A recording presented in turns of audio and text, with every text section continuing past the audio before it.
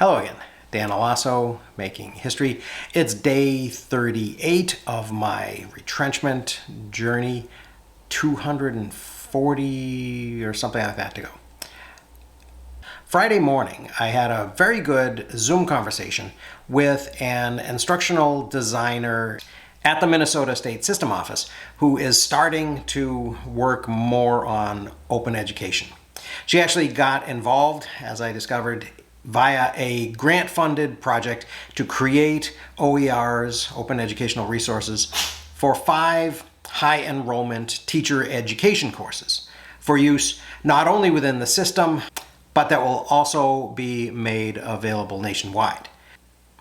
The grant that funded this was from the U.S. Department of Education and totals nearly $1 million over 3 years. The savings for Minnesota State students preparing to become teachers is projected at about $500,000 annually. So this should pay for itself very quickly.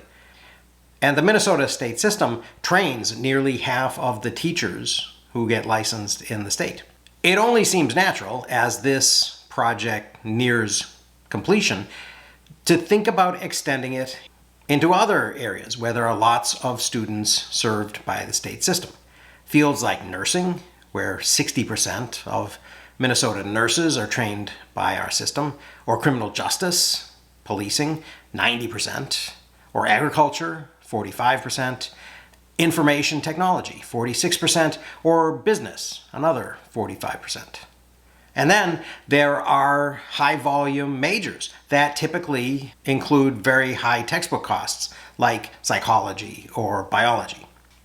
And this, I think, is where the model that the System Office has begun to create for these education OERs could converge with the work that I and other faculty have been doing to promote textbook affordability on the campuses.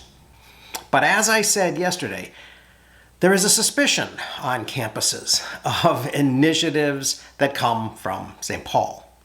So how do we reconcile local autonomy and academic freedom for faculty with the value that can be created by a system-led program to develop modular OER offerings that are aligned with course outcomes within the statewide transfer pathway system?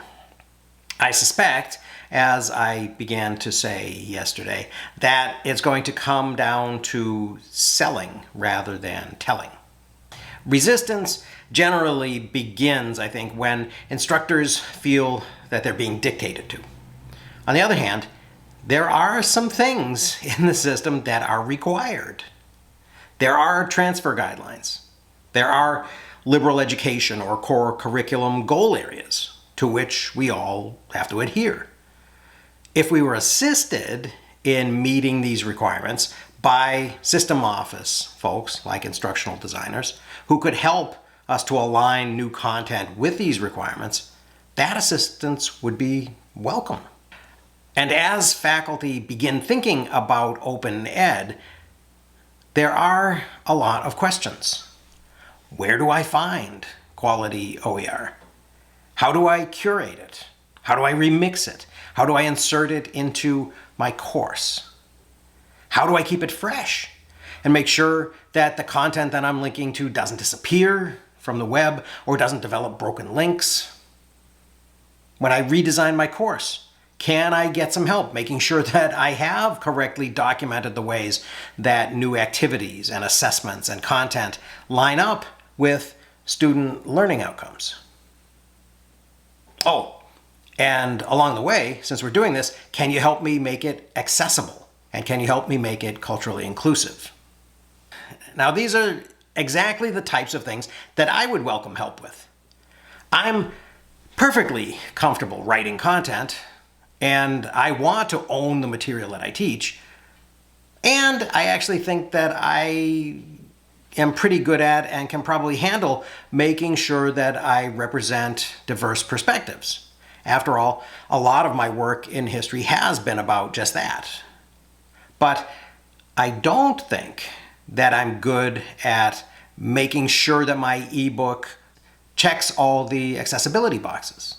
For example, I'm not even that interested in keeping up with the latest tricks about how to make a multi-column page usable in a text reading app. And also, it would be great to have one place to search, to find content that I could use, to post content that I've made, and just to know who else in the system is working on stuff in my field. So I think it's great that the system is starting to think about how to facilitate this. A few years ago, actually, when I co-wrote a modern world history OER with another professor from southern Minnesota, I actually began asking some questions about how the system might do a little bit more coordination, gently. And maybe that was a little bit too soon.